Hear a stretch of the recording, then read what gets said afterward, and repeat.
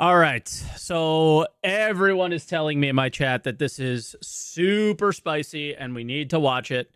And this is a post that Tarada made. If you guys aren't familiar, he's a super prominent French creator. I call him Chris Roberts' favorite creator because anytime Tarada does something cool, all of a sudden the priorities of the game get pushed in that direction to make those things cooler. So he has a lot of weight in the community. I think a lot of people put weight in content creators more than there really are, especially with people like me, who CIG mostly tunes out. But Tarada doesn't appear to be one of those people. Now, my guess people are calling it spicy is because it's overall negative towards the state of the game. The game's not in a good place. The game's in a horrible place. But I think most of us expected this. 4.0, server meshing. There's going to be a ton of bugs. I think everybody was prepared for this one. 4.0.1, we were hoping to be a little bit better, and it isn't. It's titled Save Star Citizen. So I'm going to make I'm going in with the assumption and the bias that he's probably not able to make fun content because the game sucks, and he's going to have like content creator bias. I try not to have that. I definitely have it too at times. So, and try to recognize that I have that. So let's read it and let's see, but I'm going in there with that bias to it. I have to change the scene as well. I haven't done that yet. All right, so Save Star Citizen. All right, where to begin? It's getting harder and harder to fit everything into a single post because there's so much to say, but I'll try to organize my thoughts. For Christmas, we finally got the long-awaited 4.0 update, teased and announced for years.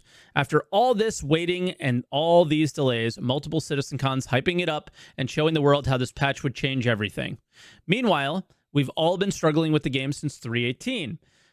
Bugs, instability, outrageous balance issues, terrible ergonomics, I think he means economics, all sprinkled with promises that some feature of 4.0 would make things better. 4.0 launched as a preview on Christmas Eve after months of delays in an absolutely disastrous state, getting worse by the day.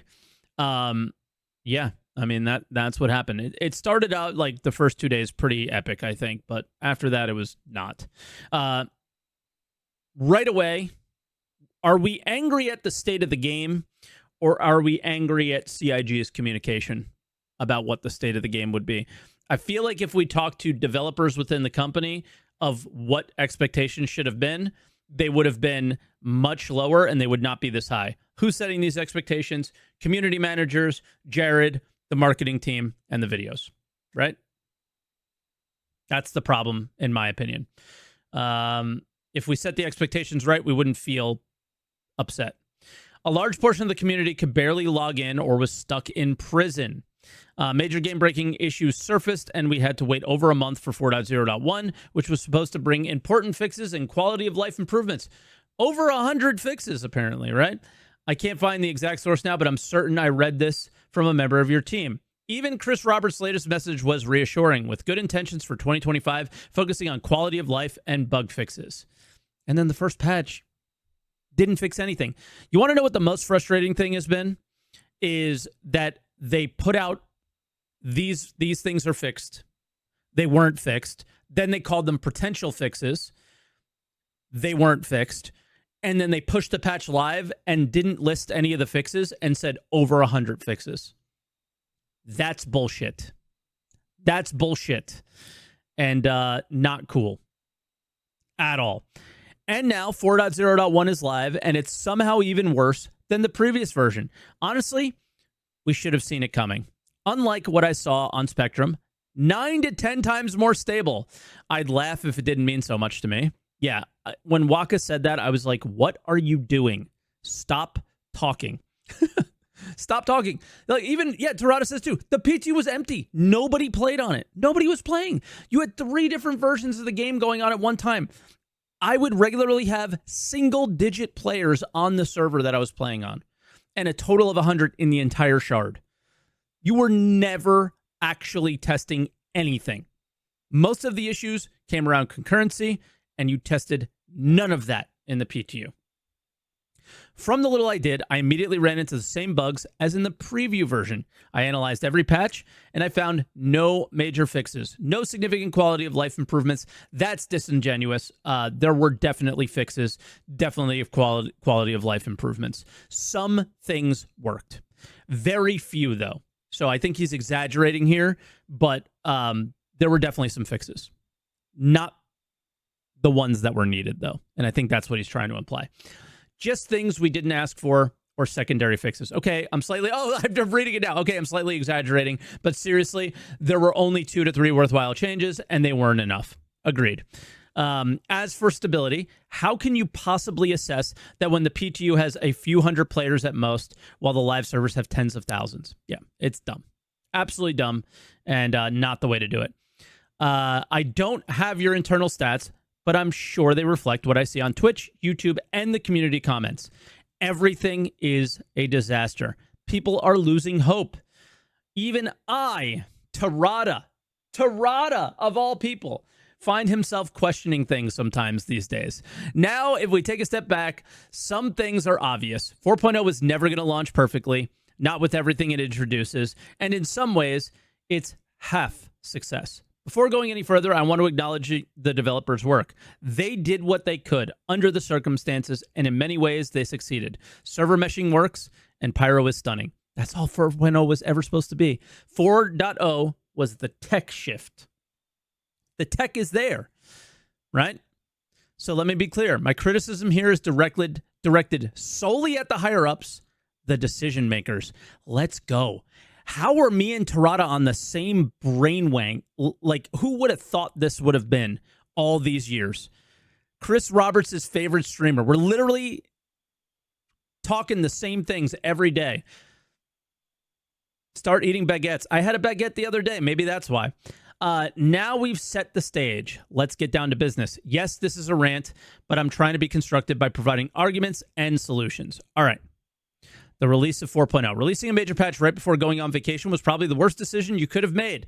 We were left with a broken build and a skeleton crew to pick up the pieces. In-game development, when something as massive as 4.0 is released, the studio needs to be ready to handle the necessary fixes.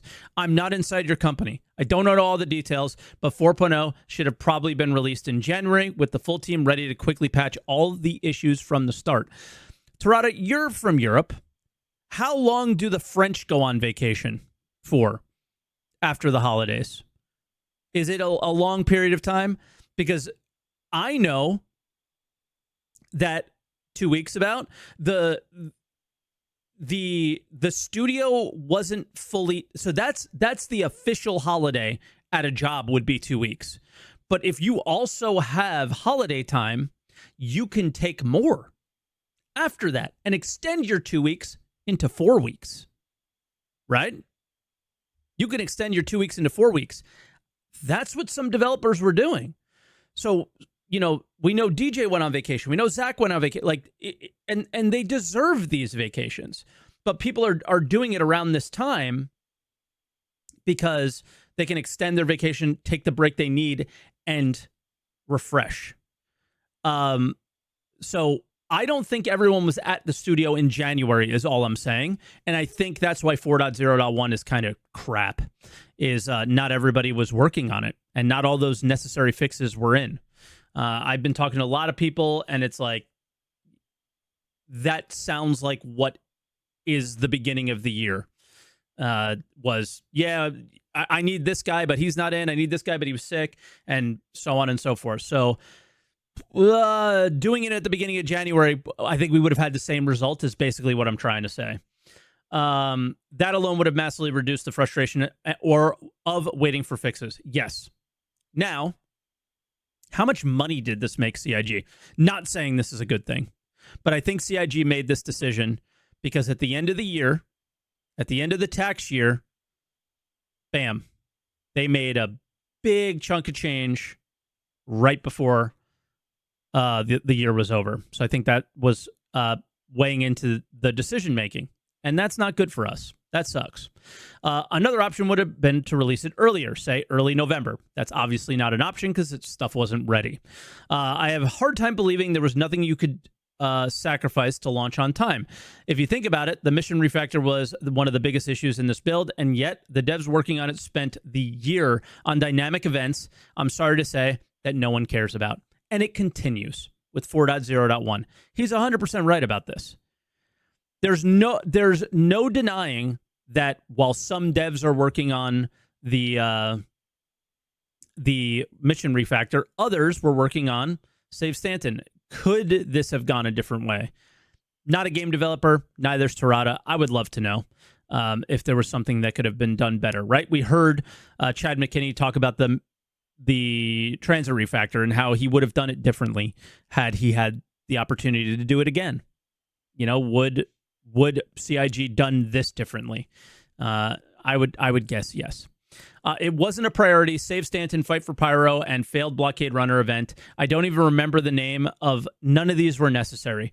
Cutting them or pushing them back would have probably allowed the mission team to work on the actual technology and core missions of the game, which are now missing in 4.0. You know, the ones that kept us all occupied all year, not just for 2 weeks when the marketing team wants to sell ships. You know, I don't even think it's about selling ships. I talked about this yesterday, and it seemed to resonate with a lot of people, so I'll share it here as well, because this will probably go on YouTube, is you ever work at a job where you're kind of the frontline employee and you work with the customer, but the customer gets really frustrated with you because of the decisions that your manager makes, and your manager doesn't know anything about what it's like to be a frontline employee? There's a thing that happens in Florida casinos where people who never dealt poker somehow become your manager. It's ridiculous.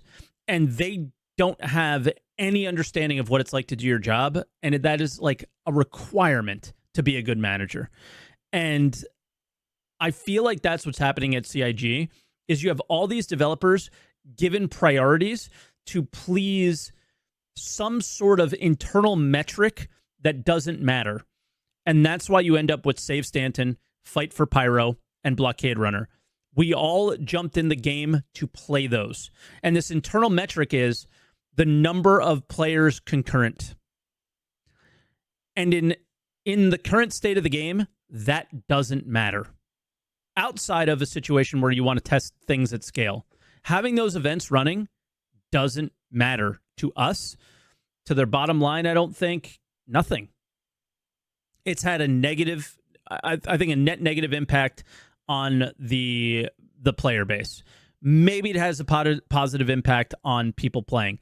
I play the crap out of these because I get something from them, right?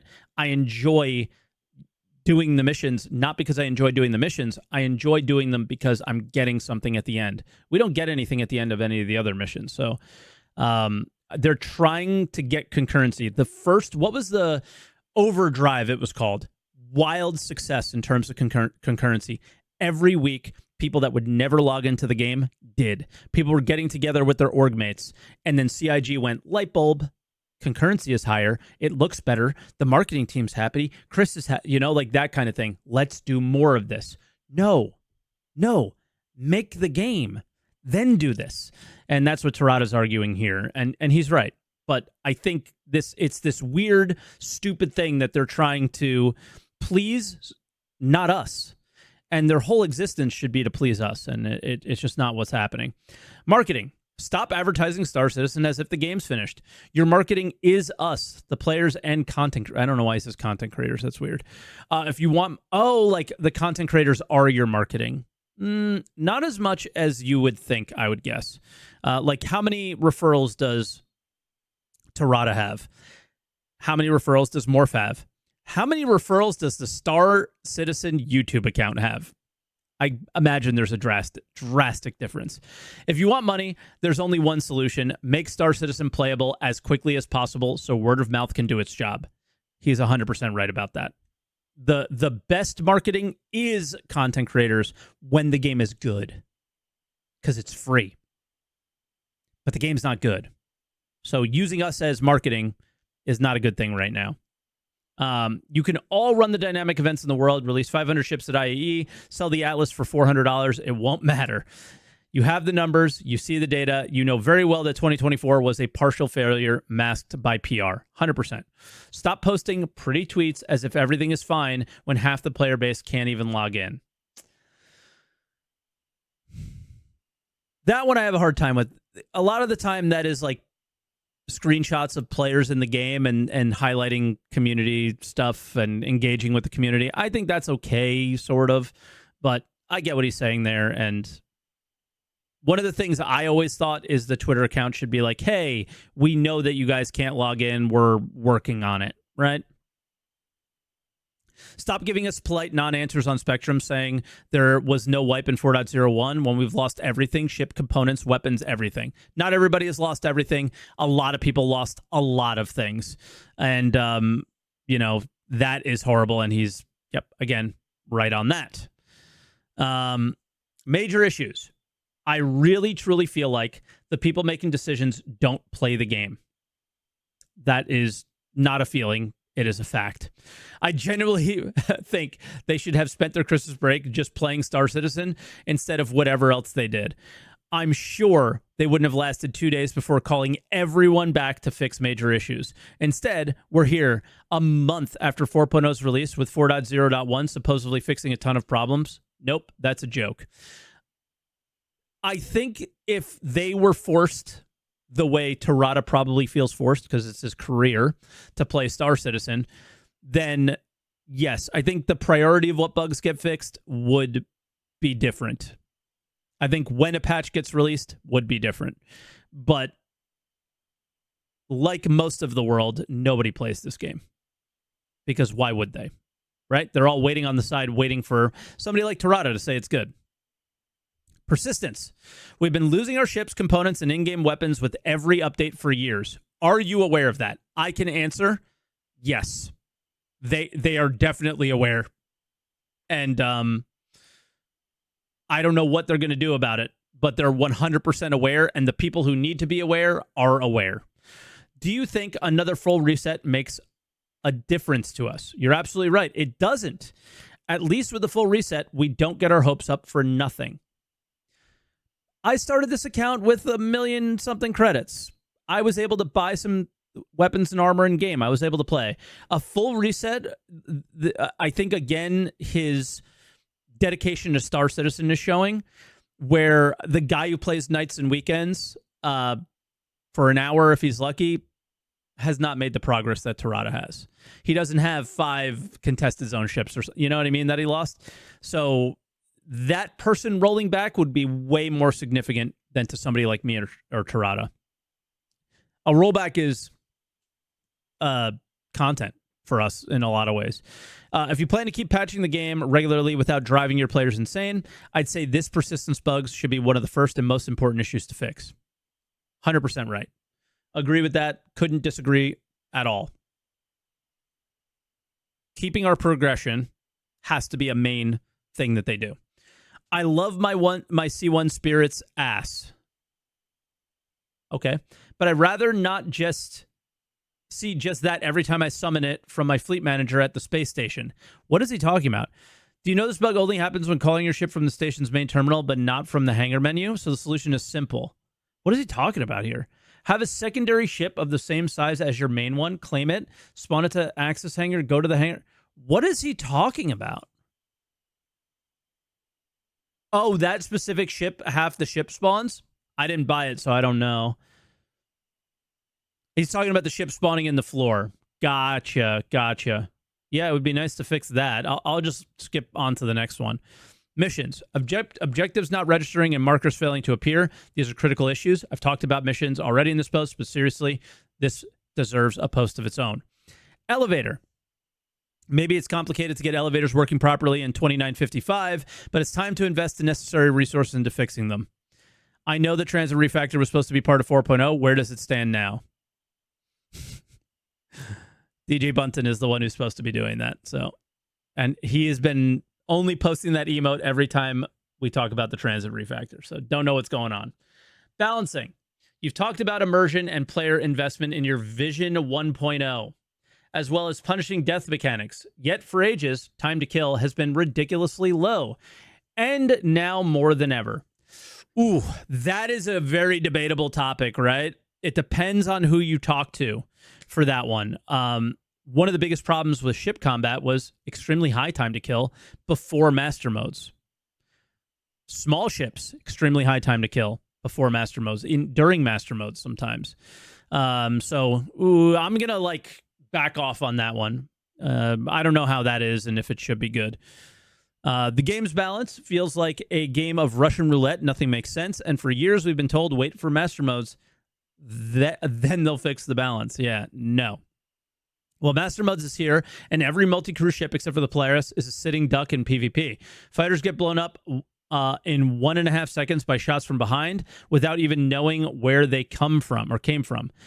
I know engineering gameplay is coming, but let's be real. You've never managed to properly balance anything with just basic HP on ships. So how are you going to make things work when there are multiple components to factor in, along with physicalized damage? I'm genuinely worried about this. 100%. Why is the team that worked on master modes, why did they just stop working on master modes when it was half done? Let's call it 20% done. Why did they just stop? I have no idea. Game access issues. Do I really need to express my frustration over the fact that some players simply can't play? And once they manage to get in game, they either end up shard locked or stuck in prison for life. Honestly, if you want to make money, just create a mining specialized atlas, make it available in prison, and sell it for $200. Maybe you'll actually sell some. But seriously, these issues are catastrophic and need to be fixed urgently. There are tons of problems that need addressing, but I think you're already aware of most of them. I can write 15 posts along as this one listing all the issues. It still wouldn't be enough, so I'll stop here and focus on partial solutions instead. Oh my God, there's more. I had to post 2 messages to fit it on Spectrum. In a 4.0.1 PTU, I was never placed anywhere other than shard 010 US. Same. This means one simple thing. There's no one on the PTU servers. How do you expect to work on stability when the servers are empty and underutilized?